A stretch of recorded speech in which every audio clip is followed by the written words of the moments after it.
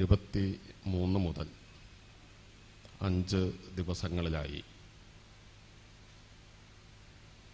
പഞ്ചരാത്രം എന്ന പേരിൽ അരങ്ങവതരണങ്ങൾ നടന്നു വരികയാണല്ലോ. അതിൽ ഇന്ന് അവതരിപ്പിക്കുന്നത് സീതയെ കഥാപാത്രമാക്കിക്കൊണ്ടാണ്.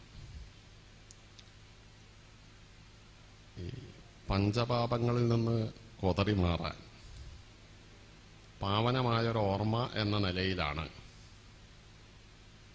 പഞ്ചകന്യകളുടെ ഓർമ്മ. അഹല്യ, ദ്രൗപദി, സീത, താര, മണ്ഡോദരി. ഈ പഞ്ചകന്യകളെ ഓർമ്മിച്ചാൽ മഹാപാപങ്ങളിൽ നിന്ന് മുക്തി നേടാൻ കഴിയും എന്ന് ഒരു വിശ്വാസം പുലർത്തിപ്പോരുന്ന നാടാണ് നമ്മുടെ.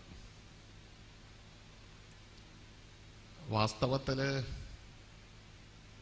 ഈ ഒരു പൂജാസ്മൃതിയെ നോക്കുമ്പോൾ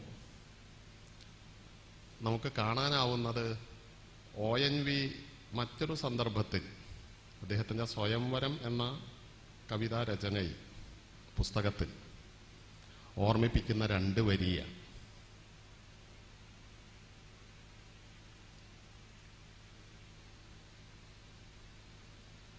ഭാരതം പൂജിച്ച് വഞ്ചിച്ച് നിന്ദിച്ച 1000 നാരിമാർക്കൻ തിരുവാഴ്ത്തുകൾ. ഭാരതം പൂജിച്ച് വഞ്ചിച്ച് നിന്ദിച്ച 1000 നാരിമാർക്ക് എൻ തിരുവാഴ്ത്തുകൾ. ഈ ഒരു അല്പം വിമർശന സ്വഭാവമുള്ള ഒരാമുഖം ഞാൻ പറയുന്നത്, പലപ്പോഴും നമുക്ക് ഭൂമിയിൽ നിന്ന് രൂപം കൊള്ളുകയും ഭൂമിയിൽ വിലയം പ്രാപിക്കുകയും ചെയ്ത സീത എന്ന കഥാപാത്രത്തെ അറിയണമെങ്കിൽ പൂജയുടേതായിട്ടുള്ള ആകാശത്തിൽ നിന്ന് ഇറങ്ങുകയും മണ്ണിൽ ചവിട്ടി നിന്ന് താഴത്ത് നിന്ന് രാമായണം വായിക്കുകയും വേണ്ടിവരും. അതേത് രാമായണമാണ് വായിക്കുക എന്ന ചോദ്യം ഒരുപക്ഷെ സാധാരണ പാരായണക്കാരെ ഒട്ടും അലോസരപ്പെടുത്തില്ലെങ്കിലും താഴെ നിന്ന് രാമായണം വായിക്കാൻ ശ്രമിക്കുന്ന ഒരാളുടെ മുൻപിൽ ഉയർന്നു വരുന്ന ഏറ്റവും പ്രധാനപ്പെട്ട ചോദ്യം, നാം ഏത് രാമായണത്തെയാണ് പിന്തുടരുക? രാമകഥ എന്നത് ഒരു ചരിത്ര വസ്തുതയല്ല എന്ന് നാം എല്ലാം അറിഞ്ഞിരിക്കെ തന്നെ രാമകഥ എന്നത് ഒരു പ്രദേശത്തിൻ്റെ ഒട്ടേറെ കാലത്തെ ഓർമ്മകളിൽ ജീവിക്കുന്ന നിരവധി തലമുറകൾ തുടർച്ചയായി കൈമാറി വന്ന ഒരു കഥാസഞ്ചയമാണ് എന്ന ബദലോർമ്മയ്ക്ക് വലിയ പ്രസക്തിയും പ്രാധാന്യവും കിട്ടിക്കഴിഞ്ഞിട്ടില്ല. അക്കാദമിക പഠനത്തിൻ്റെ മേഖലയിൽ ആഴത്തിൽ പഠിക്കുന്ന ആളുകൾ, AK രാമാനുജനെ പോലുള്ള ആളുകൾ നമ്മോട് പറയുന്നുണ്ട് 300ഓളം രാമായണ പാഠങ്ങളുണ്ട്. ആ 300ഓളം രാമായണ പാഠങ്ങളിലാവട്ടെ അതിൻ്റെ പ്രധാന കഥാതന്തുവായി നമുക്കിടയിൽ പ്രചരിച്ചു വരുന്ന മുഖ്യധാര കഥാരീതിയെ തന്നെ അട്ടിമറിക്കുന്ന നിരവധിയായ കഥാഖ്യാന രീതികളുണ്ട്. രാമന്റെ രാജപത്നി എന്ന നിലയിൽ സീതയെ നോക്കിക്കാണാൻ പൊതുശീലമുള്ള നമുക്ക് അത് രാവണൻ ഗർഭം ധരിച്ചു പ്രസവിച്ച കുട്ടിയാണ് എന്ന രാമായണ കഥയെ എങ്ങനെയാണ് ഉൾക്കൊള്ളാനാവുക എന്നറിയില്ല.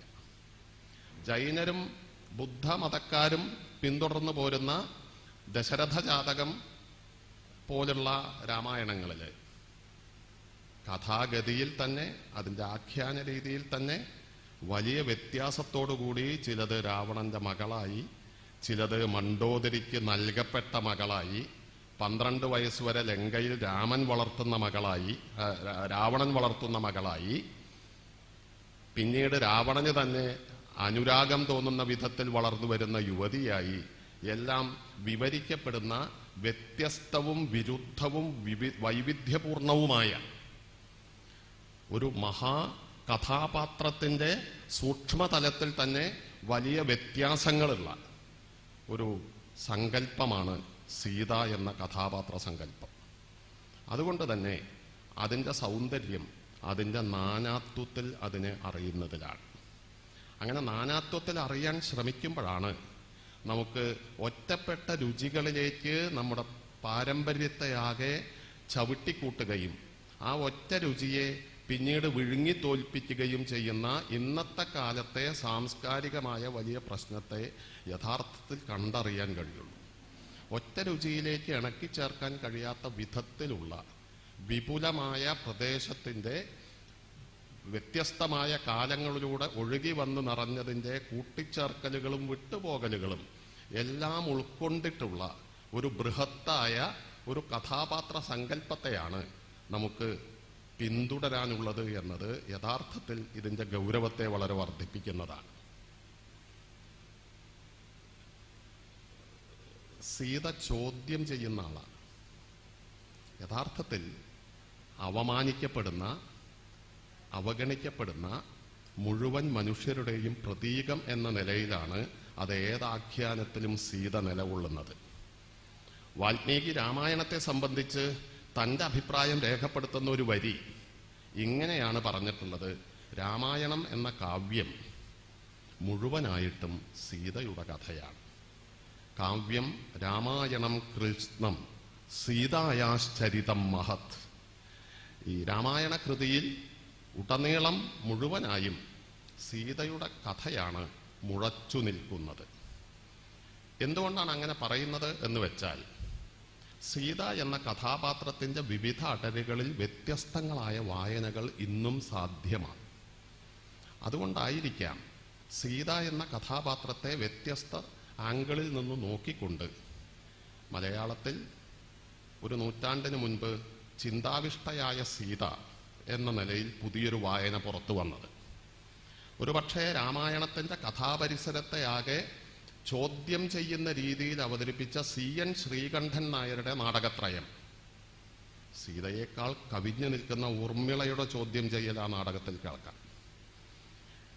എങ്ങനെയാണ് ചോദ്യം ചെയ്യുന്ന ഒരടിസ്ഥാന ധാതുബലം സീതയ്ക്ക് കൈവരുന്നത്? സീതയിൽ ഒട്ടനീളം പ്രവർത്തിക്കുന്നത് നാം ഈ കഥകളിലെല്ലാം പരിശോധിച്ചാൽ സീതയുടെ മനോഗതത്തെ ആകെ നിയന്ത്രിക്കുന്ന അടിസ്ഥാനമായിട്ടുള്ളൊരു ചിന്താധാര കാണാൻ കഴിയും. അതെന്താണ്? പരിത്യക്തതാബോധമാണ്.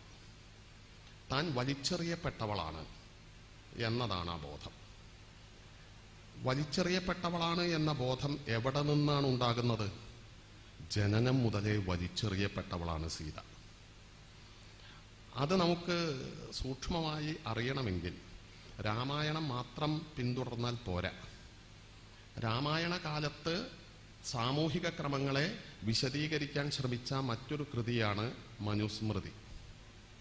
മനുസ്മൃതിയിൽ 2 തരം വിവാഹങ്ങളെക്കുറിച്ച്, നിരവധി വിവാഹങ്ങളെക്കുറിച്ച് പറയുന്നുണ്ട്. അതിൽ എടുത്തു പറയാവുന്ന 2 തരം വിവാഹങ്ങളും അതിൻ്റെ അനുബന്ധമായി ആ വിവാഹത്തിൽ നിന്ന് ജനിക്കുന്ന കുട്ടികളെ എങ്ങനെ പരിപാലിക്കണം എന്നും നിർദ്ദേശിക്കുന്ന നിയമാവലിയുണ്ട്. അതിലൊന്ന് അനുലോമ വിവാഹമാണ്.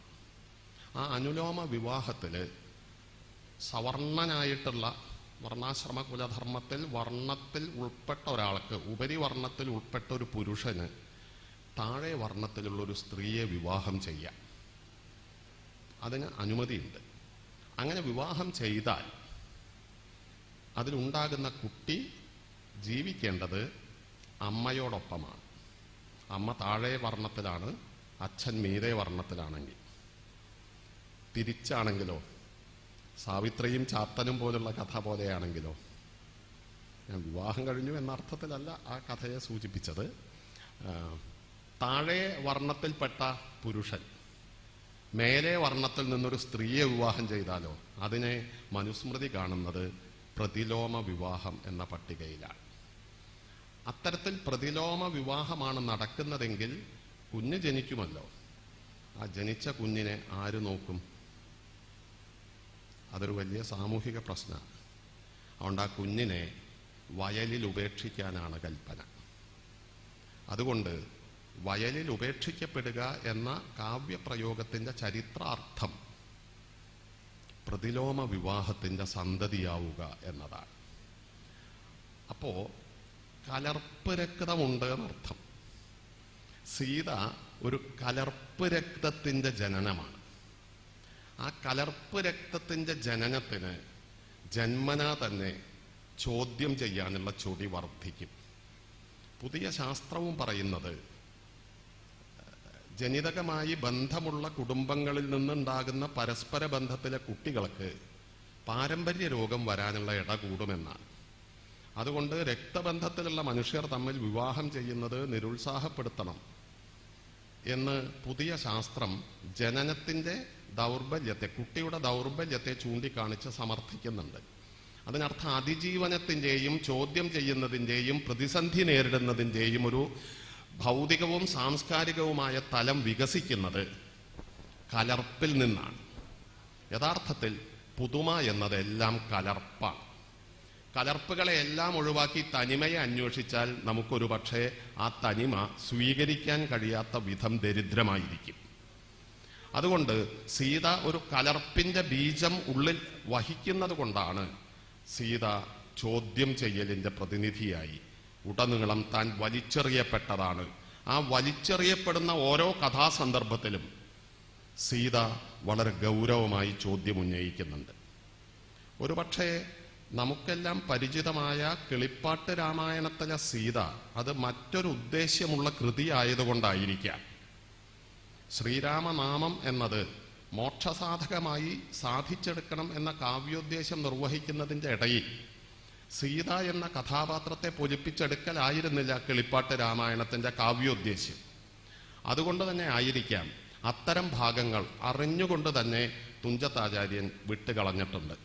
എന്നാൽ വാൽമീകിക്ക് അത്തരത്തിലുള്ള ഭാരമോ ബാധ്യതയോ ഇല്ലായിരുന്നതുകൊണ്ട് എവിടങ്ങളിലൊക്കെയാണോ കഥാസന്ദർഭത്തിൽ താൻ മാറ്റി നിർത്തപ്പെടുന്നത്, ആ മാറ്റി നിർത്തപ്പെടുന്നതിനെ കൃത്യമായി ചോദ്യം ചെയ്യുക എന്നത് സീതയുടെ ശീലമായിട്ടുണ്ട്. ആ ചോദ്യം ചെയ്യലിൽ ഉടനീളം പ്രകടമാകുന്ന ഒരു വൈരുദ്ധ്യമുണ്ട്. മത്ത് പിടിച്ചൊരു അധികാരമാണ് ഒരു പുറത്ത്, മറ്റൊരു പുറത്ത് താൻ രൂപീകരിച്ച നിലപാടിൽ നിന്ന് ഉദിച്ചുയരുന്ന സ്വയം നിർണയിക്കാനുള്ള ഒരു അവകാശബോധമാണ്. ഒരു തലത്തിൽ അധികാരവും മറുതലത്തിൽ നിലപാടിൽ ഊന്നി നിന്നുകൊണ്ടുള്ള ഒരു സ്വയം നിർണയ ബോധവും. അപ്പൊ സ്വയം നിർണയ ബോധവും അധികാരവും തമ്മിൽ ഇടർച്ചയില്ലാതെ കലഹിക്കുന്നതിന് ഒരു പ്രദേശം ഇട്ടുകൊടുത്ത പേരാണ് സീത. അല്ലാതെ അത് അയോധ്യയിൽ കോസലാധിപനായിരുന്ന ദശരഥന്റെ രാമന്റെ പട്ടമഹിഷി എന്ന നിലയിലുള്ള ഒരു ഭൗതിക സ്വരൂപമല്ല. ഇന്നും തുടർച്ചയായി നടന്നുകൊണ്ടിരിക്കുന്ന അധികാരവും അധികാരത്തിന് വിധേയമാകാതെ സ്വയം നിർണയാവകാശത്തിനു വേണ്ടി പോരാടുന്ന ജനങ്ങളും തമ്മിൽ വൈരുദ്ധ്യമുണ്ട്. ആ അധികാരവും പോരാടുന്ന സ്വയം നിർണയത്തിനു വേണ്ടി പോരാടുന്ന മനുഷ്യരും തമ്മിലുള്ള ഒരിക്കലും തീരാത്ത, പരസ്പരം യോജിപ്പിക്കാൻ കഴിയാത്തൊരു വൈരുദ്ധ്യം സീതയുടെ നിലപാടിലുണ്ടായിട്ടുണ്ട്. നമുക്കറിയാവുന്നതുപോലെ അയോധ്യാകാന്ഡത്തിലേക്ക് രാമായണ കഥ പ്രവേശിക്കുമ്പോൾ ഏറ്റവും നാടകീയമായ സന്ദർഭം, നാളെ രാജാവാകാൻ പോകുന്ന, യുവരാജാവാകാൻ പോകുന്ന രാമൻ കാനനവാസിയാവുകയാണ് പിറ്റേന്ന്. ഇതൊന്നും ആലോചിക്കാതെ വിരുന്നുപോയ ഭരതൻ യുവരാജാവാക്കപ്പെടുകയാണ്.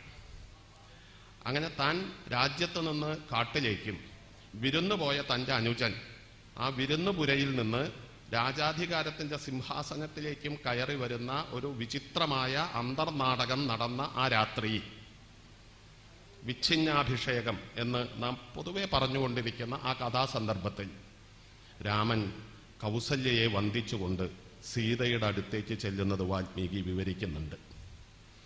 സീതയുടെ അടുത്തേക്ക് ചെല്ലുമ്പോൾ സീത ഈ കഥയൊന്നും അറിയുന്നില്ല. വളരെ വ്രതം നോറ്റുകൊണ്ട് പുറമേ നടക്കുന്ന കൊട്ടാര വിപ്ലവങ്ങളുടെ യാതൊരു വിവരവുമില്ലാതെ നാളെ രാജാവാകാൻ പോകുന്ന തൻ്റെ പ്രിയതമന്റെ രാജാവ് എന്ന പദവിയുടെ മോഹനമായ ഒരവസ്ഥയെ വളരെ വിലോഭനീയമായി മനസ്സിൽ സൂക്ഷിച്ചുകൊണ്ടിരിക്കുന്ന സീതയുടെ മുന്നിലേക്ക് വന്ന രാമൻ, ആ രാമനെ കണ്ട മാത്ര വർണ്ണിക്കുന്നുണ്ട്. വിവർണവദനം ദൃഷ്ട്വാ തം പ്രസ്യുന്നമർഷണം ആഹ ദുഃഖാഭിസന്തപ്ത കിം ഇദാനീം ഇദം പ്രഭോ. കിം ഇദാനീം ഇദം പ്രഭോ, ഇപ്പോൾ ഇങ്ങനെ എന്താണ് പ്രഭോ, ഇപ്പോൾ എന്താണ് അങ്ങയുടെ മുഖം വിവർണമായിരിക്കുന്നത്, ഇപ്പോൾ എന്താണ് അങ്ങയുടെ മുഖത്ത് വിയർപ്പ് പൊടിഞ്ഞിരിക്കുന്നത്? അതിനു മുൻപ് വലിയ വിശദീകരണമുണ്ട്. ആനകൾ മുമ്പിലുണ്ടാകും, സ്വർണം കെട്ടിയ കുതിരകൾ വലിച്ച തേരിലായിരിക്കും വരുന്നത്. വളരെ ഗംഭീരമായ രാജോചിതമായ ഒരു വരവിനെ സ്വപ്നതുല്യം മോഹിച്ചു കൊണ്ടിരിക്കുന്ന ഒരു സന്ദർഭത്തിലാണ് വളരെ ദുഃഖിതനായി രാമൻ വന്നു കയറുന്നത്. രാമൻ വന്ന് പറയുന്നുണ്ട് ഉണ്ടായ കാര്യങ്ങൾ വിശദീകരിക്കുന്നതിനിടയിൽ രാമൻ പറയുന്നു, ഞാനിങ്ങനെ കാട്ടിൽ പോവുകയാണ്, ഭരതന് രാജ്യം വരികയാണ്, അതുകൊണ്ട് നീയേ എന്താ ചെയ്യേണ്ടത് എന്ന് പറയുന്നത് വളരെ പ്രധാനപ്പെട്ട ഭാഗമായതുകൊണ്ട് സീതയുടെ നേരത്തെ ഞാൻ പറഞ്ഞ അധികാരവും സ്വയം നിർണയവും തമ്മിലുള്ള ഒരു സംഘർഷത്തിൻ്റെ ഭാഗം വ്യക്തമാവാൻ വേണ്ടി എന്നെ ഇത് ഉദ്ധരിക്കാൻ വേണ്ടി ഒന്ന് അനുവദിക്കണം. ഇത്തരത്തിൽ രാമൻ സീതയുടെ അടുത്ത് എത്തുമ്പോൾ സീത ഈ കഥ കേട്ട് നീ വീട്ടിലിരുന്നോ എന്ന ഭാഗം വളരെ ശ്രദ്ധിച്ച് കേൾക്കുന്നുണ്ട്. സോഹം ത്വാമാഗതോ ദൃഷ്ടും പ്രസ്ഥിതോ വിജനം വനം ഭരതസ്യ സമീപേത്തെ നാഹം കഥ്യ കഥാചന. അതുകൊണ്ട് ഞാനിപ്പോ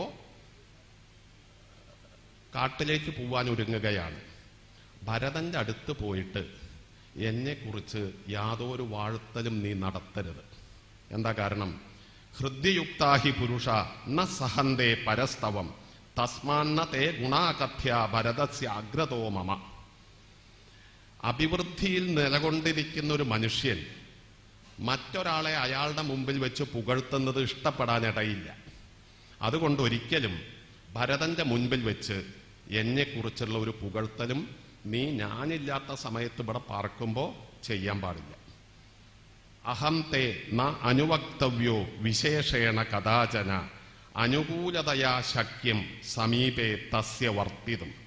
ആവർത്തിച്ച് ആവശ്യപ്പെടുന്നുണ്ട്, എൻ്റെ യാതൊരു കാര്യവും ഭരതന്റെ മുമ്പിൽ വെച്ച് പറയരുത്. അദ്ദേഹത്തിന് അനുകൂലമാകുന്ന നിലയിൽ അദ്ദേഹത്തിൻ്റെ അടുത്ത് ജീവിക്കുമ്പോൾ അദ്ദേഹത്തിന് അപ്രീതി വരാത്ത നിലയിൽ ജീവിക്കുകയാണ് വേണ്ടത്.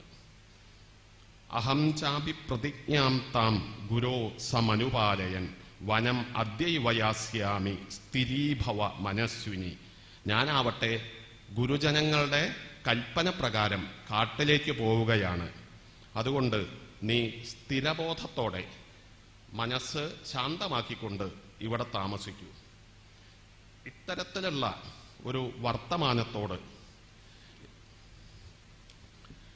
സീതയ്ക്ക് ഇനിയും അത് മനസ്സിലായില്ലെങ്കിലോ എന്ന് വിചാരിച്ച് വീണ്ടും രാമൻ അത് ആവർത്തിക്കുന്നുണ്ട്. വിപ്രിയം ച ന കർത്തവ്യം ഭരതസ്യ കഥാചന. ഭരതന് അഹിതമാകുന്ന ഒരു കാര്യവും നീ ചെയ്യരുത്. സഹി രാജാച വൈദേഹി ദേശസ്യ ച കുലസ്യ ച. അദ്ദേഹമാവട്ടെ നമ്മുടെ ദേശത്തിൻ്റെയും നമ്മുടെ കുലത്തിൻ്റെയും രാജാവാണ്. ആരാധിതാഹി ശീലേന പ്രയത്നൈശ്ച ഉപസേവിത രാജാന സംപ്രസീദന്തി പ്രകുപ്യന്തി വിപര്യയേ. ആരാധിതാഹി ശീലേന, ശീലം കൊണ്ടും പ്രയത്നം കൊണ്ടും കൂടെ സേവിച്ചുകൊണ്ട് ആരാധിക്കുകയല്ലാതെ രാജാവിനെ പ്രീതിപ്പെടുത്തുകയല്ലാതെ മറിച്ച് ചെയ്താൽ അപകടമാണ്. ഔരസ്യാനപി പുത്രാൻഹി ത്യജന്ത്യഹിതകാരിണ. സ്വന്തം മകനാണെങ്കിൽ പോലും അഹിതം ചെയ്താൽ രാജാവ് ഉപേക്ഷിക്കും. സമർത്ഥാൻ സംഭൃണന്തി ജനാനപി നരാധിപ. സാമർഥ്യത്തോടുകൂടി തന്നെ സേവിക്കുന്ന ആള് അപരനാണെങ്കിലും അന്യനാണെങ്കിലും അയാളെ രാജാവ് കൈക്കൊള്ളും. സാത്വം വസേഹ കല്യാണി രാജ്ഞ സമവർത്തിനി ഭരതസ്യ രഥാധർമ്മേ സത്യവ്രതപരായണ. സത്യവ്രതപരായണയായി ധർമ്മത്തിൽ മനസ്സൂന്നിക്കൊണ്ട് നീ ചെയ്യേണ്ടത് ഭരതന് അഹിതം ചെയ്യാതെ ഈ കൊട്ടാരത്തിൽ താമസിക്കുകയാണ്.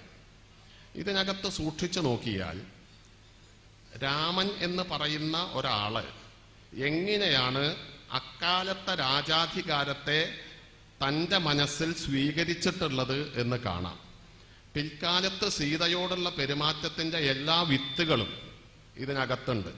ഔരസ്യാനപി പുത്രാനിഹി ത്യജന്തി അഹിതകാരിണ. അഹിതകാരിണികളായ പുത്രന്മാരെ സ്വന്തം ഔരസപുത്രനാണെങ്കിലും സ്വന്തം മകനാണെങ്കിലും രാജാവ് ഉപേക്ഷിക്കും. അഹിതം രാജാവ് അംഗീകരിക്കില്ല. അപ്പൊ അഹിതം അംഗീകരിക്കാത്ത, സേവ മാത്രം കേൾക്കാൻ ആഗ്രഹിക്കുന്ന, തനിക്ക് തന്നെ പോലെ തൻ്റെ മുൻപിൽ വെച്ച് സമാനനായ മറ്റൊരാളെക്കുറിച്ച് പറയുന്ന നന്മ പോലും കേൾക്കാൻ കഴിയാത്ത വിധം കാതടഞ്ഞു പോയ ഒരു മത്ത് പിടിച്ച രാജാധികാരമാണ് രാമൻ എന്ന് പറയുന്ന കഥാപാത്രത്തിനെ ആവേശിക്കുന്നത്. രാജാധികാരത്തെ രാമൻ എന്ന കഥാപാത്രം ഈ തരത്തിലാണ് നോക്കിക്കാണുന്നത് എന്ന് വാൽമീകി പറയുന്നുണ്ട്. ഈ ഒരു സംഗതി ഒരു പക്ഷേ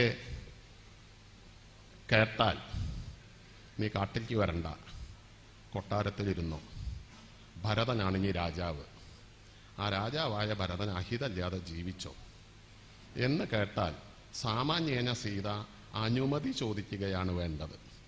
അതുകൊണ്ടാണ് ഞാൻ പറഞ്ഞത്, സീത സ്വയം നിർണയത്തിലൂന്നിയ നിലപാടുള്ള ഒരു കഥാപാത്രമായാണ് വിന്യസിച്ചിട്ടുള്ളത്. ഏവമുക്വാതു വൈദേഹി പ്രിയാർഹ പ്രിയവാദിനി പ്രണയാദേവ സംക്രുദ്ധ ഭർത്താരം ഇതമബ്രവി. പ്രിയാർഹയും പ്രിയവാദിനിയുമായിട്ടുള്ള ഈ സീത പ്രണയാദേവ സംക്രുദ്ധ, പ്രണയകോപിഷ്ഠയായതുപോലെ ഭർത്താരം ഇതമബ്രവി. പാതിവ്രത്യത്തിന്റെ എല്ലാ ശീലശുദ്ധിയും പ്രകടിപ്പിച്ചുകൊണ്ടല്ല, ഒരുപക്ഷെ വളരെ ക്രോധാകുലയായിട്ടാണ് രാമനെ നേരിടുന്നത്. കിമിതം ഭാഷസേ രാമ വാക്യം ലഘുതയാ ധ്രുവം. വളരെ കീഴ്ക്കുറഞ്ഞ, നിലവാരം കുറഞ്ഞ ഇത്തരം വാക്യങ്ങൾ എങ്ങനെയാണ് രാമ എന്നോട് ഇത്ര പെട്ടെന്ന് പറയാൻ കഴിയുന്നത്? കിമിതം ഭാഷസേ രാമ വാക്യം ലഘുതയാം ധ്രുവം ത്വയാ തദപഹാസ്യം മേ ശ്രുത്വാ നരവരോത്തമ. നിനക്കിത് വളരെ കുറച്ചിലാണ്, അത് കേൾക്കുന്നതേ എനിക്ക് വലിയ തോതിൽ അവമാനമുണ്ടാക്കുന്നതാണ്. വീരാണാം രാജപുത്രാണാം ശാസ്ത്രാസ്ത്ര വിദുഷാം നൃപ. വീരന്മാരും രാജപുത്രന്മാരും ശാസ്ത്രത്തെയും അസ്ത്രവിദ്യയെയും അറിയാവുന്നവരുമായ രാജാക്കന്മാർ. അനർഹം അയശസ്യം ച ന ശ്രോതവ്യം ത്വയോരിതം. അനർഹവും കീർത്തിക്ക് ഒരിക്കലും ചേരാത്തതും നാലാള് കേട്ടാൽ നാണക്കേടുണ്ടാകുന്നതുമായിട്ടുള്ള ഇത് ന ശ്രോതവ്യം, കേൾപ്പിക്കരുത്, ത്വയോരിതം, അങ്ങയുടെ പറച്ചിലായിട്ട്. ആര്യപുത്ര പിതാ മാതാ ഭ്രാതാ പുത്രസ്തഥാ സ്നുഷ സ്വാനി പുണ്യാനി ഭുഞ്ചാനാം സ്വം സ്വം ഭാഗ്യമുപാസതേ. അല്ലയോ ആര്യപുത്ര, അച്ഛനാവട്ടെ അമ്മയാവട്ടെ ഭ്രാതാക്കന്മാരാവട്ടെ മക്കളാവട്ടെ അല്ലെങ്കിൽ മരുമക്കളാവട്ടെ, സ്വാനി പുണ്യാനി ഭുഞ്ചാനാം സ്വസ്വം ഭാഗ്യമുപാസതേ, സ്വന്തം ധർമ്മങ്ങൾ അനുഷ്ഠിച്ചുകൊണ്ട് ജീവിക്കുകയാണ് ശരി. ഭാതുർഭാഗ്യം തു നാര്യേകാ പ്രാപ്നോതി പുരുഷർഷഭ. ഭർത്താവിന്റെ ഭാഗ്യം കാമിച്ചുകൊണ്ട് സേവിക്കുകയാണ് നാരിമാരുടെ ഏറ്റവും പ്രധാന ധർമ്മമെന്ന് പുരുഷന്മാരിൽ ഉത്തമനായ നിനക്കറിയാം. അതശ്ചൈവ വാഹതാമിഷ്ടാം വനേ വാസ്തവ്യമിത്യപി. എനിക്ക് കാട്ടിൽ അങ്ങയെ സേവിച്ചു വരാനാണ് എൻ്റെ ധർമ്മം. ന പിത നാത്മജോ വാത്മാ ന മാതാ ന സഖീജന ഇഹ പ്രത്യേക നാരീണാം പതിരേകോ ഗതി സദാ. അച്ഛനും അമ്മയും മറ്റു സന്ധുബന്ധുക്കളൊന്നുമല്ല, ഭാര്യയുടെ ഏകാശ്രയം ഭർത്താവാണ്. യതിത്വം പ്രസ്ഥിതോ ദുർഗം വനമദ്യൈവ രാഘവ അഗ്രതസ്തേ ഗമിഷ്യാമി മൃദ്ഗന്ധി കുശകണ്ടകാൻ. ഇന്ന് അങ്ങ് വനത്തിലേക്ക് പോകാനാണ് തീരുമാനിക്കുന്നതെങ്കിൽ അങ്ങയുടെ മുൻപിൽ ഞാൻ വനത്തിലേക്ക് നടന്നിരിക്കും. ഞാനും കൂടി കൂടെ പോന്നോട്ടെ എന്നല്ല നിലപാട്. ഞാൻ അങ്ങയുടെ മുൻപിൽ വനത്തിലേക്ക് നടന്നിരിക്കും. മൃദ്ഗന്ധി, മരണത്തെ കൊണ്ടുവരുന്നതാണെങ്കിലും, കുശകണ്ടകാൻ, ദർഭപ്പുല്ലുകളും മുള്ളുകളും നിറഞ്ഞതാണെങ്കിലും അത്തരമൊരു വനത്തിലേക്ക് ഞാനും വന്നിരിക്കും. ഈർഷ്യാം രോഷം ബഹിഷ്കൃത്യ ഭുക്തശേഷമിവോദകം ന മാം വീര വിശ്രബ്ധ പാപം മയി ന വിദ്യതേ. ഈർഷ്യയും രോഷവും കളഞ്ഞ് നീ എന്നെ കുടിച്ചു കഴിഞ്ഞതിന് ശേഷം ബാക്കി വെള്ളം തൂത്തുകളയുന്നത് പോലെ തൂക്കരുത്. ഭുക്തശേഷമിവോദകം, ഉദകം ഭോജനം ചെയ്തതിന് ശേഷം നമ്മൾ വലിച്ചെറിയും, അതുപോലെ എന്നെ നീ പുറത്തേക്ക് വലിച്ചെറിയരുത്. വലിച്ചെറിയപ്പെടുക എന്നതിനോട് ഒരിക്കലും സമരസപ്പെടാത്തൊരു വ്യക്തിത്വമാർന്ന കഥാപാത്രമാണ് ഇതിനകത്ത് ജീവിക്കുന്നത്. നമാം വീര വിശ്രബ്ധ, ഞാൻ കാരണം യാതൊരു പ്രയാസം ഉണ്ടാകാൻ പോകുന്നില്ല എന്നല്ല, എനിക്ക് യാതൊരു പാപവുമില്ല. പ്രസാദാഗ്രേ വിമാനൈർവ വൈഹായസഗതേനവ സർവാവസ്ഥഗത ഭർത്തുപാദച്ഛായ വിശിഷ്യതേ. കൊട്ടാരത്തിലാവട്ടെ, വിമാനത്തിനകത്ത് സഞ്ചരിക്കുമ്പോഴാവട്ടെ, എവിടെയായാലും ഏതു സ്ഥലത്തായാലും ഭർത്താവിൻ്റെ കാലടികളെ പിന്തുടരുക എന്നതാണ് ഭാര്യ ചെയ്യേണ്ട കാര്യം. അനുശിഷ്ടാമി മാത്രാച പിത്രാച വിവിധാശ്രയേ നാസ്മി സമ്പ്രതി വക്തവ്യ വർത്തിതവ്യം യഥാമയ. ഒരുപക്ഷെ ഇത്തരത്തിലൊരു വാക്യം രാമനോട് പറയാൻ കഴിയുന്ന സീത എത്രമാത്രം സ്വയം നിർണയം നേടിയിട്ടുണ്ട്. എന്നോട് ഞാൻ എങ്ങനെ പെരുമാറണം എന്ന് ഒന്നും പറഞ്ഞു തരേണ്ടതില്ല. അനുശിഷ്ടാസ്മി മാത്രാച പിത്രാച വിവിധാശ്രയ. എന്നോട് എൻ്റെ അമ്മയും എൻ്റെ അച്ഛനും ഞാൻ പല കേന്ദ്രങ്ങളിൽ നിന്നും ഞാൻ എങ്ങനെയാണ് പെരുമാറേണ്ടത് എന്ന കാര്യം നേരത്തെ പഠിച്ചിട്ടുണ്ട്. അനുശിഷ്ടാമി, അവരെന്നെ പഠിപ്പിച്ചിട്ടുണ്ട്. അസ്മി സമ്പ്രതി വക്തവ്യ, അതേക്കുറിച്ച് ഇനി കൂടുതൽ എന്നോട് പറയേണ്ടതില്ല.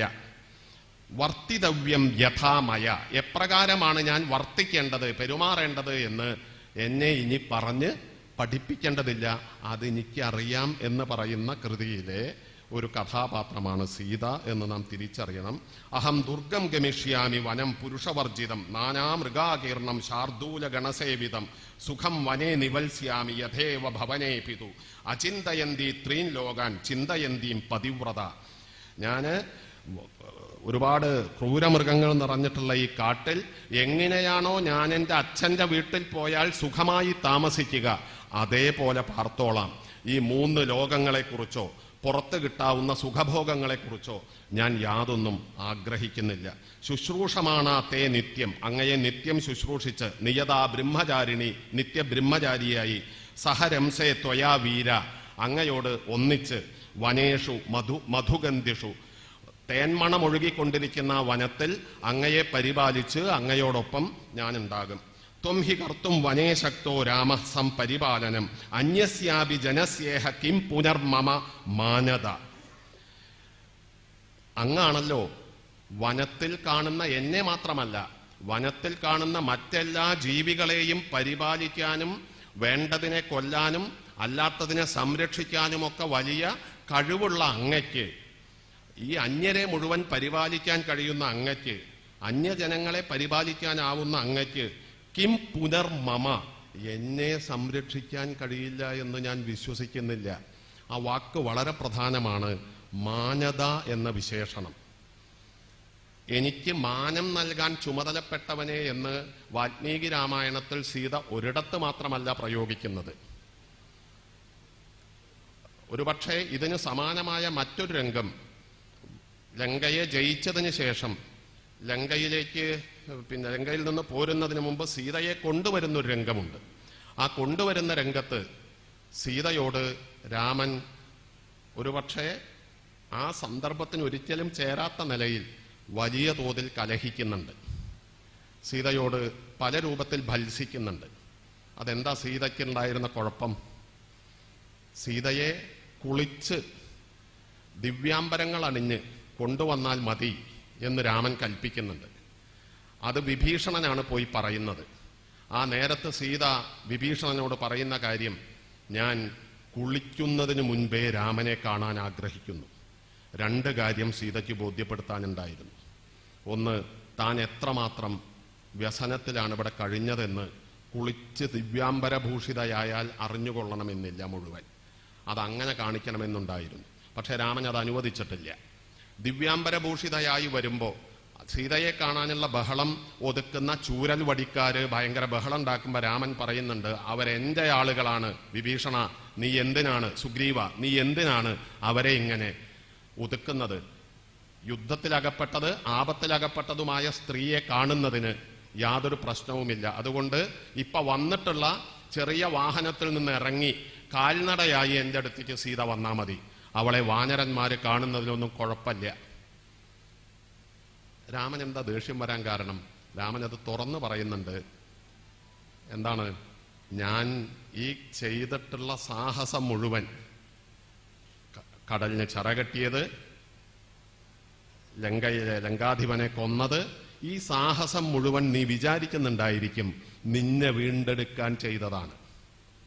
അല്ല, അവനവന്റെ ഭാര്യയെ മറ്റൊരാൾ കട്ടുകൊണ്ടുപോയാൽ ആ കട്ടുകൊണ്ടുപോയത് കേട്ടിരുന്ന ഒരാളെന്ന ലോകാപവാദം വരാതിരിക്കാൻ, അതുകൊണ്ട് മാത്രമാണ് എൻ്റെ കുലത്തിൻ്റെ പേര് സംരക്ഷിക്കാൻ കുലവമ്പോതിടുന്ന ഞാൻ വെറുതെ ഇരുന്നു എന്ന ദുഷ്പേര് വരാതിരിക്കാൻ ചെയ്ത സാഹസമാണ്. ഞാനിപ്പോ അത് പൂർത്തീകരിച്ചു കഴിഞ്ഞിട്ടുണ്ട്.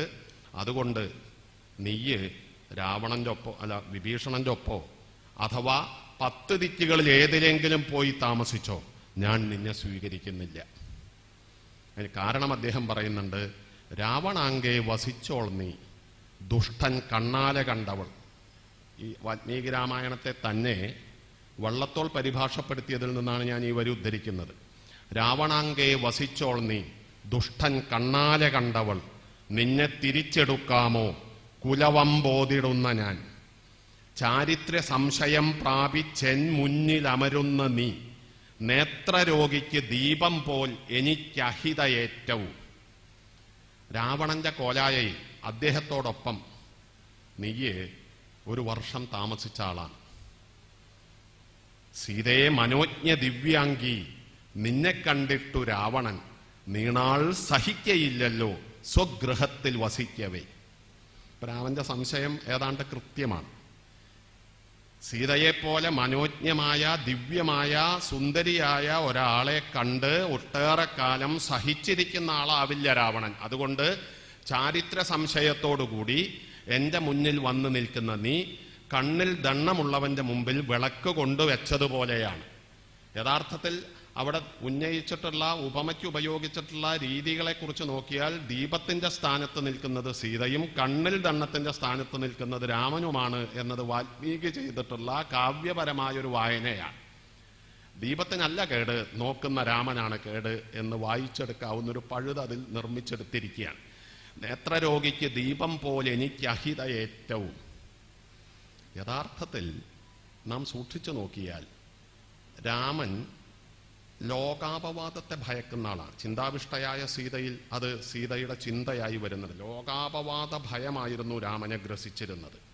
ആ ലോകാപവാദ ഭയം നിഷ്കണ്ടകമായ അധികാരത്തെ ആഗ്രഹിക്കുക, രക്തപങ്കിലമായ അധികാരമോഹമല്ല, നിഷ്കണ്ടകമായ ആരും ചോദ്യം ചെയ്യാത്ത വിധമുള്ള ഒരധികാരം, ആരും ചോദ്യം ചെയ്യപ്പെടാതിരിക്കുക എന്ന ആൺകോയ്മയുടെ വിശുദ്ധ അധികാരമോഹം എന്ന് നമുക്ക് പേരിട്ട് വിളിക്കാവുന്ന ഒരു മാനസികാവസ്ഥയും സ്നേഹത്തിൻ്റെയും നിഷ്കളങ്ക മനോഭാവത്തിൻ്റെയും സ്വപ്രത്യയ സ്ഥൈര്യത്തിൻ്റെയും ഒരു മനോഭാവവും തമ്മിൽ രാമൻ എന്ന കഥാപാത്രം അധികാരത്തെ പ്രതിനിധാനം ചെയ്യുകയാണെങ്കിൽ സ്നേഹത്തിൻ്റെ സ്വപ്രത്യയ സ്ഥൈര്യത്തിൻ്റെ നിലപാടുകളുടെ ഒരു തലം സീത പ്രതിനിധാനം ചെയ്യാണ്.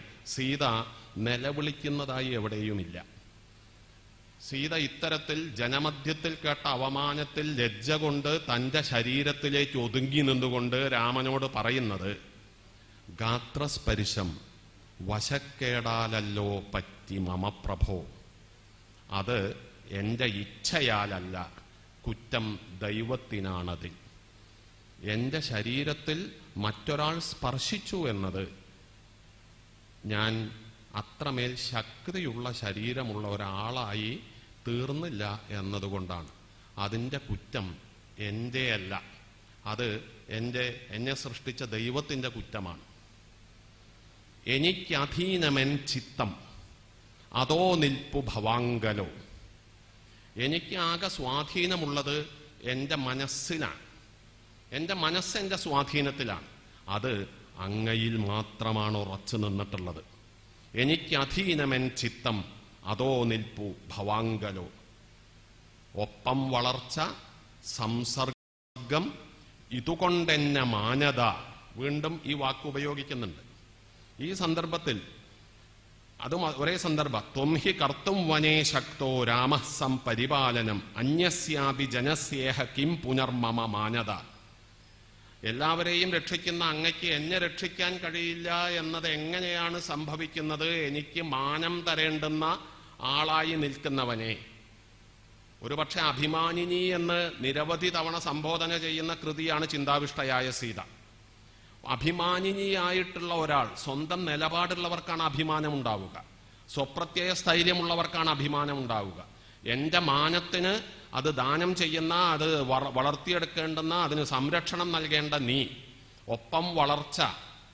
സീത ഈ ഭാഗത്ത് തന്നെ പറയുന്നുണ്ട്, കൗമാരം മുതൽക്ക് ഞാൻ നിന്റെ കൂടെ ഭാര്യയായി ജീവിക്കുകയാണ്. കൗമാരം മുതൽക്ക് ഭാര്യയായി ഇന്നേ വരെ ജീവിച്ച ഞാൻ കുലത്തിനോ കുലത്തിന്റെ സൽപ്പേരിനോ ഭാര്യ എന്ന ചുമതലയ്ക്കോ എന്തെങ്കിലും തരത്തിലുള്ള വിഘ്നം ഇതുവരെ വരുത്തിയിട്ടുണ്ടെങ്കിൽ എന്നെ കൂടെ കൂട്ടണ്ട. വനത്തിലേക്ക് ഞാൻ വരും, വനത്തിലേക്ക് നിന്റെ മുൻപിൽ. സീത ഒരു പക്ഷേ ഈ മാനത എന്ന പ്രയോഗം നിരവധി സന്ദർഭങ്ങളിൽ ഉദ്ധരിക്കുന്നത്, ഞാൻ 2 സന്ദർഭം സമയക്കുറവിൽ പറഞ്ഞു എന്നേ ഉള്ളൂ, നിങ്ങളിത് വായിക്കാൻ തയ്യാറാവുമ്പോൾ നിരവധി സന്ദർഭങ്ങളിൽ മാനത എന്ന് രാമനെ വിളിക്കുന്നുണ്ട്. യഥാർത്ഥത്തിൽ പെണ്ണിന്റെ മാനം എന്ന് പറയുന്നത് ആണിന്റെ ചുമതലയാണ് എന്ന് സൂചിപ്പിക്കുകയാണ്. പെണ്ണിന്റെ മാനം എന്നത് പെണ്ണിന്റെ മാത്രം ചുമതലയല്ല, അത് ആണിന്റെ കൂടി ചുമതലയാണ് എന്ന് ശക്തമായി ഉന്നയിക്കുന്ന ഒരു കഥാപാത്ര ഘടന സീതയ്ക്ക് നിബന്ധിച്ചിട്ടുണ്ട്. നാം അത് വായിക്കുന്നുവോ ഇല്ലയോ എന്നത് നമ്മുടെ വായനയുടെ പ്രശ്നം മാത്രമാണ്. ഒപ്പം വളർന്ന് സംസർഗം കൂടിച്ചേർന്ന്, ഒപ്പം വളർച്ച സംസർഗം ഇതുകൊണ്ടെന്നെ മാനത, ഈ ഇത്രയും കാലം ഒപ്പം ജീവിച്ച് ഒന്നിച്ച് കഴിഞ്ഞ് അറിഞ്ഞിട്ടില്ല നീയെങ്കിൽ, അല്ലയോ മാനത നീ എന്നെ അറിഞ്ഞിട്ടില്ലെങ്കിൽ എന്നേക്കും ഹതയായി ഞാൻ, എക്കാലത്തേക്കുമായി ഞാൻ കൊല ചെയ്യപ്പെട്ടിരിക്കുന്നു. വാൽമീകി രാമായണത്തിലെ സീത അവിടെയാണ് ഹനുമാനോട് അഗ്നി കൂട്ടാൻ ആവശ്യപ്പെടുന്നത്. ഞാനതിൽ ചാവുകയാണെന്നാണ് പ്രഖ്യാപിക്കുന്നത്. അല്ലാതെ ഇതിലത്തെ സീതയിൽ ഒരു ക്രാഫ്റ്റ് വേറെ വർക്ക് ചെയ്തിട്ടുണ്ട്. രാവണൻ കട്ടുകൊണ്ടുപോകുന്നതിന് മുൻപ് തന്നെ സീതയെ പാവകനെ ഏൽപ്പിക്കുകയും ഒറിജിനൽ സീതയെ പാവകൻ സൂക്ഷിക്കുകയും തീയ് സൂക്ഷിക്കുകയും ഡ്യൂപ്ലിക്കേറ്റായ മായാസീതയെ രാവണൻ കട്ടുകൊണ്ടുപോവുകയും രാവണന്റെ കൊട്ടാരത്തിൽ നിന്ന് മായാസീത അഗ്നിപ്രവേശ ശുദ്ധി വരുത്തി പാവകൻ നേരത്തെ ഏൽപ്പിക്കപ്പെട്ട സീതയെ തരുന്നതുമായിട്ടാണ് കിളിപ്പാട്ട് രാമായണം കഥ എങ്കിൽ വാൽമീകി രാമായണം അക്കഥയ്ക്ക് നിന്നിട്ടില്ല. കാരണം അത് അന്ന് ആവശ്യമുണ്ടായിരുന്നില്ല, ഇക്കാലത്ത് അത് ആവശ്യമുണ്ടായിരുന്നു. രാമൻ എന്ന ദൈവാവതാരത്തെ പ്രകീർത്തിക്കുന്ന കൃതിയിൽ ഇങ്ങനെയാവും അത് ചെയ്യാനാവുക.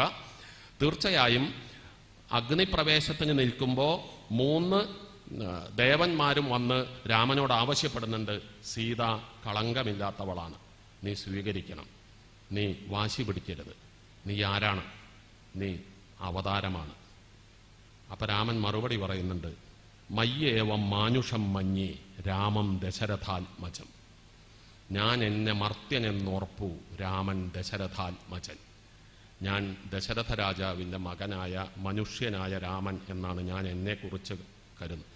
ഞാൻ ആരുടെ എന്തിന് എന്നുരയ്ക്ക ഭഗവൻ മമ, ഞാൻ ആരാണ്, എന്താണ്, എന്തിനാണ് എന്ന് അല്ലയോ ബ്രഹ്മാവേ അങ്ങ് പറഞ്ഞാലും എന്നാണ് വാൽമീകിയുടെ രാമന്റെ അങ്ങോട്ടുള്ള ചോദ്യം. അതിനാണ് അദ്ദേഹം സീതയെ സ്വീകരിക്കുന്നത് നിനക്ക് ഉചിതമായിരിക്കും എന്ന നിർബന്ധത്തിന് വഴങ്ങി സ്വീകരിക്കുകയാണ്. ആ നിർബന്ധത്തിന് വഴങ്ങി സ്വീകരിച്ച സീതയെയാണ് അടുത്ത ലോകാപവാദത്തെ ഉന്നയിച്ചുകൊണ്ട് അദ്ദേഹം ഉപേക്ഷിക്കുന്നത്. അന്ന് അധികാരമാണ് ഉപേക്ഷിക്കുന്നത്, രാമനല്ല. രാമൻ എന്ന ഭർത്താവ് അങ്ങേയറ്റം ദുഃഖിതനാണ് ഈ കാര്യത്തിലല്ല. രാമൻ ഈ കാര്യങ്ങളെല്ലാം ചെയ്യുമ്പോൾ പ്രസന്നവദനനല്ല, ദുഃഖിതനാണ് എന്ന് വാൽമീകി ആവർത്തിച്ചുകൊണ്ടേയിരിക്കുന്നുണ്ട്. രാമൻ എന്ന വ്യക്തി ഭർത്താവായി ജീവിക്കുന്നുണ്ട്. രാമൻ എന്ന ഭർത്താവും രാമൻ എന്ന മകനും രാമൻ എന്ന എല്ലാത്തിനോടും ദയവും കനിവുമുള്ള വനവാസകാലത്ത് സീതയുമായി പഞ്ചവടിയിൽ രമിച്ചിരിക്കുമ്പോൾ ഗർഭിണിയായ മാന് നടക്കാൻ പ്രയാസപ്പെടുമ്പോൾ അതിന് പുല്ലും വെള്ളവും കൊണ്ടുപോയി കൊടുക്കുന്ന രാമനുണ്ട്. കേവലം ഒരു മൃഗത്തോട് പോലും വലിയ അലിവ് പ്രദർശിപ്പിക്കുന്ന രാമനെ ഇതേ വാൽമീകി അവതരിപ്പിച്ചിട്ടുണ്ട്. ഒരു മനുഷ്യൻ എന്ന നിലയിൽ രാമൻ അങ്ങേയറ്റം കാരുണ്യവാനും അങ്ങേയറ്റം മൃദുഭാവങ്ങളുള്ള മനുഷ്യനുമാണ്. പക്ഷെ ആ മനുഷ്യന്റെ അകത്ത് രാജാവെന്ന രാമൻ മറ്റൊരു അധികാര സ്ഥാനമാണ്, രാമന്റെ മറ്റൊരു കപ്പാസിറ്റിയാണ്. അധികാരിയായ രാമന് സീതയെ ഉപേക്ഷിക്കേണ്ടി വരുന്നു. ആ ലോകാപവാദ ഭയം കൊണ്ട് നീ ഉപേക്ഷിച്ച സീതയെ ഞാനിതാ നിന്റെ മുന്നിലേക്ക് കൊണ്ടുവന്നു തരുന്നുവെന്നും ആ സീത എന്തെങ്കിലും കളങ്കമുള്ളവളാണെങ്കിൽ അശ്വമേധത്തിന് ശേഷം ലവകുശന്മാരുടെ കൂടെ സീതയെ ആനയിച്ചുകൊണ്ട് ശ്രീരാമന്റെ മുമ്പിലേക്ക് സീതയെ കൊണ്ട് കയറ്റുന്ന വാൽമീകിയാണ് സീതയുടെ ശുദ്ധിക്ക് സാക്ഷ്യം പറയുന്നത്. അദ്ദേഹം അവസാനം വെക്കുന്ന പണയം ഇതാണ്: അനേകമായിരത്താണ്ട് തപം ചെയ്തവനാണ് ഞാൻ. നിരവധി ആയിരക്കണക്കിന് വർഷത്തെ തപസ് ചെയ്ത ഒരാളാണ് ഞാൻ. അതിൻ ഫലം കിടക്കേണ്ട കുറ്റം സീതയ്ക്കിരിക്കുകയിൽ. എന്തെങ്കിലും ഒരു കുറ്റം ഈ സീതയ്ക്കുണ്ടെങ്കിൽ എൻ്റെ ആയിരക്കണക്കിന് വർഷത്തെ തപസ്സിൻ്റെ ഒരു ഫലവും എനിക്ക് ആവശ്യമില്ല, ഒരു ഫലവും ആവശ്യമില്ല. പക്ഷേ രാമൻ എന്ന മനുഷ്യന് അപ്പോഴും ദുഃഖിതനാണ്. ആ ദുഃഖിതനായ രാമൻ എന്ന ഭർത്താവ്, രാമൻ എന്ന മനുഷ്യൻ ദുഃഖിതനാവുമ്പോഴും രാമൻ എന്ന രാജാവ് കൽപ്പിക്കുന്നുണ്ട്. അവിടേക്ക് ബ്രഹ്മലോകത്ത് നിന്ന് ത്രിമൂർത്തികൾ എത്തിക്കഴിഞ്ഞിട്ടുണ്ട്, അവിടേക്ക് ദേവന്മാരെത്തിക്കഴിഞ്ഞിട്ടുണ്ട്, നിരവധി ആളുകളുടെ മധ്യത്തിലാണ്. അത് അകത്തു നിന്ന് രാമൻ എന്ന രാജാവ് വീണ്ടും പറയുന്നുണ്ട്, ഈ ജനമധ്യത്തിൽ ശുദ്ധി തെളിയിച്ചാൽ ഞാൻ സ്വീകരിക്കാം. ജനമധ്യത്തിൽ ശുദ്ധി തെളിയിക്കണം. ആ ജനമധ്യത്തിൽ ശുദ്ധി തെളിയിക്കണം എന്ന വാദത്തിന്റെ ഭാഗമായാണ് സീത പറഞ്ഞത്. വാൽമീകിയുടെ സീത എങ്ങനെയാണ് പറയുന്നത്: എനിക്ക് എന്തെങ്കിലും അശുദ്ധിയോ പാപമോ ഉണ്ടെങ്കിൽ, എൻ്റെ മനസ്സ് ഒരു നിമിഷമെങ്കിലും രാമനിലല്ലാതെ മറ്റാരിലെങ്കിലും ഊന്നിപ്പോയിട്ടുണ്ടെങ്കിൽ, ചാരിത്ര സംശയമാണ് പ്രശ്നം, ആ ചാരിത്ര സംശയത്തെ തീർക്കുകയാണ്. രാമനിലല്ലാതെ ഏതെങ്കിലും ഒരു മാത്രയിൽ എൻ്റെ മനസ്സ് ചഞ്ചലമായിട്ടുണ്ടെങ്കിൽ, എനിക്ക് എന്തെങ്കിലും പാപം ഒന്നും ഞാൻ ചെയ്തിട്ടില്ലെങ്കിൽ, രാമനിൽ നിന്ന് ഞാൻ അണുകിട മാറിയിട്ടില്ലെങ്കിൽ, അല്ലയോ മാധവി, അങ്ങ് എന്നെ സ്വീകരിച്ചാലും. മാധവി എന്നത് ഭൂമിയാണ് വിളിക്കുന്നത്. ഭൂമിയോട് സ്വീകരിക്കാൻ സീത കൽപ്പിക്കുകയാണ്. അപ്പോഴാണ് ദിവ്യാംബരഭൂഷണങ്ങളടങ്ങിയ കിരീടങ്ങളോടുകൂടിയ നാഗങ്ങൾ ഉയർത്തിക്കൊണ്ടുവരുന്ന രത്നസിംഹാസനം പൊന്തി വരുന്നത് ഭൂമിയുടെ അടിയിൽ നിന്ന്.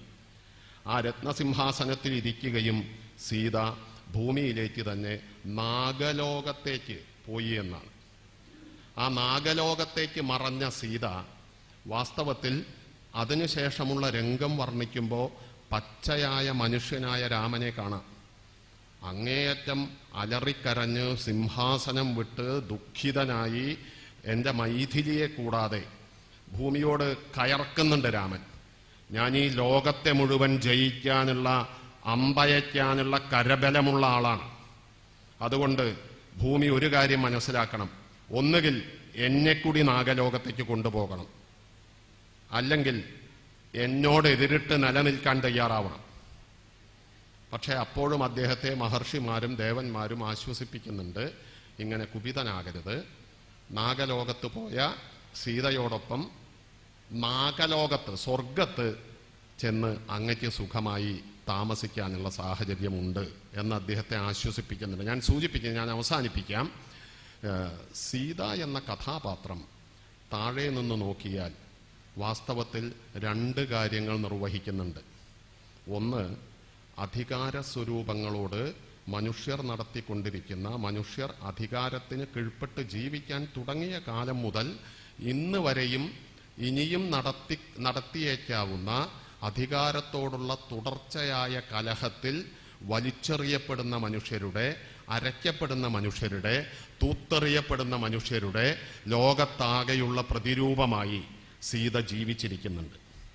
അത്തരത്തിലൊരു രൂപം സീതയ്ക്ക് ഉണ്ടാക്കിയെടുക്കാൻ കഴിയുന്നത് വാസ്തവത്തിൽ സ്വന്തം നിലപാടിൽ ഉറച്ചു നിന്ന് രാമനോട്, രാമന്റെ ഉപദേശത്തോട് കീഴ്പ്പെടാത്ത ഒരാളും രാമായണ കൃതിയിലില്ല.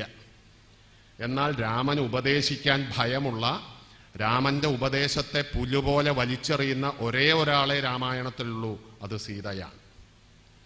സീതയോട് ഒരിക്കലും ഉപദേശിക്കാൻ രാമന് കെൽപ്പുണ്ടായിട്ടില്ല. അയോധ്യാകാന്ഡത്തിൽ രാമൻ പറയുന്ന കാട്ടിലെ അങ്ങേയറ്റത്തെ പ്രയാസങ്ങളെക്കുറിച്ചെല്ലാം പറയുമ്പോൾ രാമനോട് 2 വാക്യത്തിൽ സീത മറുപടി പറയുന്നുണ്ട്: കാട്ടിൽ താമസിക്കുന്നതിനെക്കുറിച്ച് ഞാൻ പണ്ടേ അറിഞ്ഞിരിക്കുന്നു. കിളിപ്പാട്ട് രാമായണം ആ സന്ദർഭം പറയുന്നത് 100,000 രാമായണം ഉണ്ടെന്നും ഏതെങ്കിലും രാമായണത്തിൽ സീതയെ കൂടാതെ രാമൻ കാട്ടിലേക്ക് പോയിട്ടുണ്ടോ എന്നൊക്കെയുള്ള ന്യായമാണ് ചോദിക്കുന്നത്. സീത 2 കാര്യം പറയുന്നുണ്ട്. ജനകരാജാവിൻ്റെ കൊട്ടാരത്തിൽ ഞാൻ പാർക്കുമ്പോൾ അവിടെ ബ്രാഹ്മണർ വന്നു. ആ ബ്രാഹ്മണർ എന്നെ നോക്കി പറഞ്ഞു, നിനക്ക് ഭർത്താവിനോടൊത്ത് കാട്ടിൽ കഴിയാനുള്ള യോഗമുണ്ട് എന്ന് നേരത്തെ പറഞ്ഞിട്ടുണ്ട്. ഭിക്ഷ ചോദിച്ചു വന്ന താപസിയായിട്ടുള്ള ഒരു യോഗിനി എന്നെ നോക്കി പറഞ്ഞിട്ടുണ്ട്, എൻ്റെ അമ്മയോടാ പറഞ്ഞത്, ഇവൾക്ക് വനവാസ യോഗം കാണാനുണ്ട്. അതുകൊണ്ട് ആ കുട്ടിക്കാലം മുതൽക്കേ ഭർത്താവിനോടൊത്ത് കാട്ടിൽ പോകാൻ ഞാൻ തയ്യാറായി നിൽക്കുന്നവളാണ്. എത്രയോ തവണ രാമ അങ്ങ് തന്നെ എന്നോട് പറഞ്ഞിട്ടുണ്ടല്ലോ, കാട്ടിലേക്ക് പോകുന്നത് വളരെ പ്രധാനപ്പെട്ട ഒരു കാര്യമാണ് എന്ന് ഞാൻ പറയുമ്പോൾ അങ്ങ് തന്നെ പറഞ്ഞിട്ടുണ്ടല്ലോ, നമുക്ക് കൂട്ടായി ചേർന്ന് വനവാസത്തിന് തയ്യാറാവാം, വനഭംഗികൾ കണ്ടുവരാം എന്ന് അങ്ങ് പറഞ്ഞു. ഇത് വേണമെന്നില്ല, എനിക്കൊന്നും അങ്ങോട്ട് കാണാനില്ല.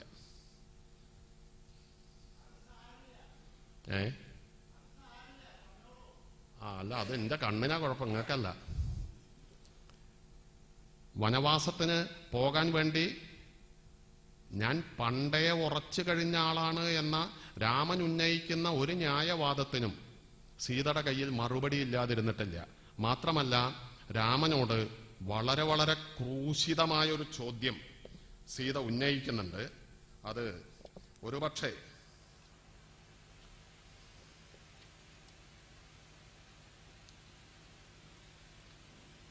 എൻ്റെ പിതാവ് അങ്ങയെ മരുമകനാക്കുമ്പോൾ സ്ത്രീയുടെ സ്വരൂപത്തോടു കൂടിയ ഒരു പുരുഷനായി കണ്ടുകൊണ്ടല്ല മകളെ കെട്ടിച്ചു തന്നിട്ടുള്ളത്.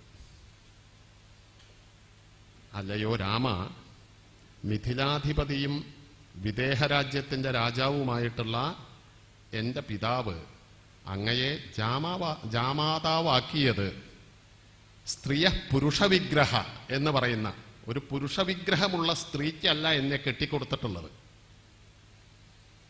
അത്രമേൽ ചങ്കൂറ്റത്തോടെ ഒരു കഥാപാത്രത്തെ എത്രയോ മുൻപത്തെ സാമൂഹികാധികാരത്തിൻ്റെ തീവ്രപ്രയോഗം നടന്നുകൊണ്ടിരിക്കുന്ന ഒരു കാലത്തിരുന്നു കൊണ്ട് ഒരു രചനയിൽ നിബന്ധിച്ചു എന്നതാണ്. പലതരത്തിൽ വായിച്ചെടുക്കാവുന്ന അടരുകളോടുകൂടി ഒരു കഥാപാത്രത്തെ രൂപപ്പെടുത്തി എന്നതുകൊണ്ടാണ് പിൽക്കാലത്ത് അതിന് വ്യത്യസ്തങ്ങളും വിവിധങ്ങളുമായ വായന സാധ്യമായിട്ടുള്ളത്. ഞാൻ പ്രതീക്ഷിക്കുന്നത് ഇനിയും കാലം മുന്നോട്ട് പോകുമ്പോൾ പുതിയ വായനകൾക്കിടം തരുന്ന നിലയിൽ അധികാരവും സ്വപ്രത്യയസ്ഥൈര്യവും തമ്മിലുള്ള ഒരു വൈരുദ്ധ്യത്തിൻ്റെ തലത്തിൽ സീതയെ വായിച്ചെടുക്കുന്ന പുതിയ രചനകളിലേക്ക്, പുതിയ വായനകളിലേക്ക് ലോകം കടക്കുമെന്നാണ്. ഇനി ഞാൻ കൂടുതൽ സമയം ഉപയോഗിച്ച് പറയുന്നില്ല. ഇതുവരെ എന്നെ ശ്രവിച്ച എല്ലാവർക്കും നന്ദി രേഖപ്പെടുത്തിക്കൊണ്ട് ഞാൻ നിർത്തുന്നു.